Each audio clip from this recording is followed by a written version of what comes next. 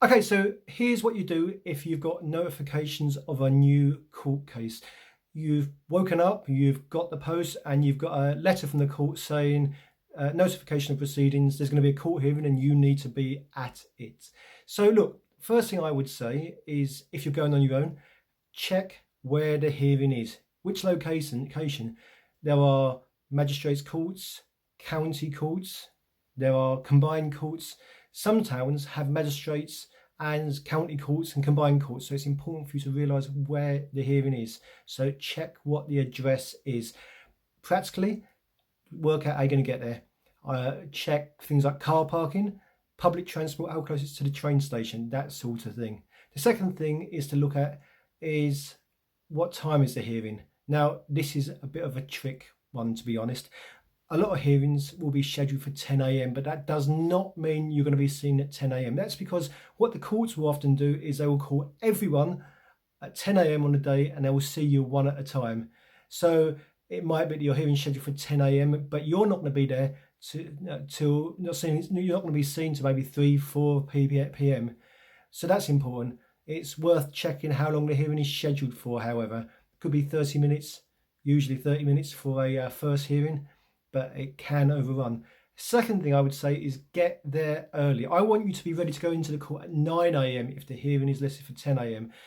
A few good reasons for that. The first one is you don't want to be rushed. You don't want to be rushing straight into court and seeing a judge if by some miracle the hearing is run on time.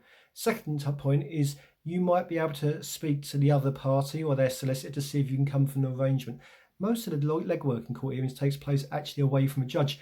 You can come up with an agreement, and by the time you get into the court, all being well, you could actually get rubber stamped and go home and job done. Unlikely for a first hearing, but it's always worth a go.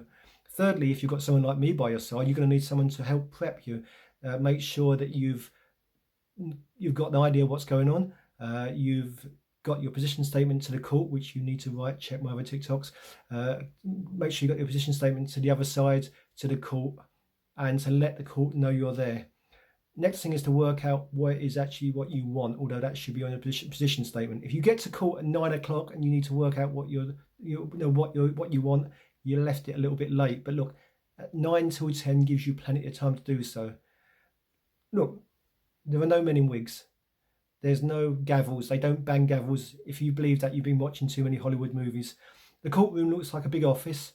There will be the royal crest behind the judge or the magistrates. It's one judge. It'll be up to 3 magistrates, usually 3. There can be 2 sometimes. It might be a legal advisor. A legal advisor cannot make an order unless you and your ex agree on it. So if you are scheduled for a hearing with a legal advisor, check it. It will say on the order. If it is a legal advisor, be aware that if your ex refuses to agree anything, nothing's going to be happening. That's how it works. But look, relax. The court understands if you're representing yourself that it's an unnatural environment. It understands that you're stressed because you're going through something big. I hope this helps.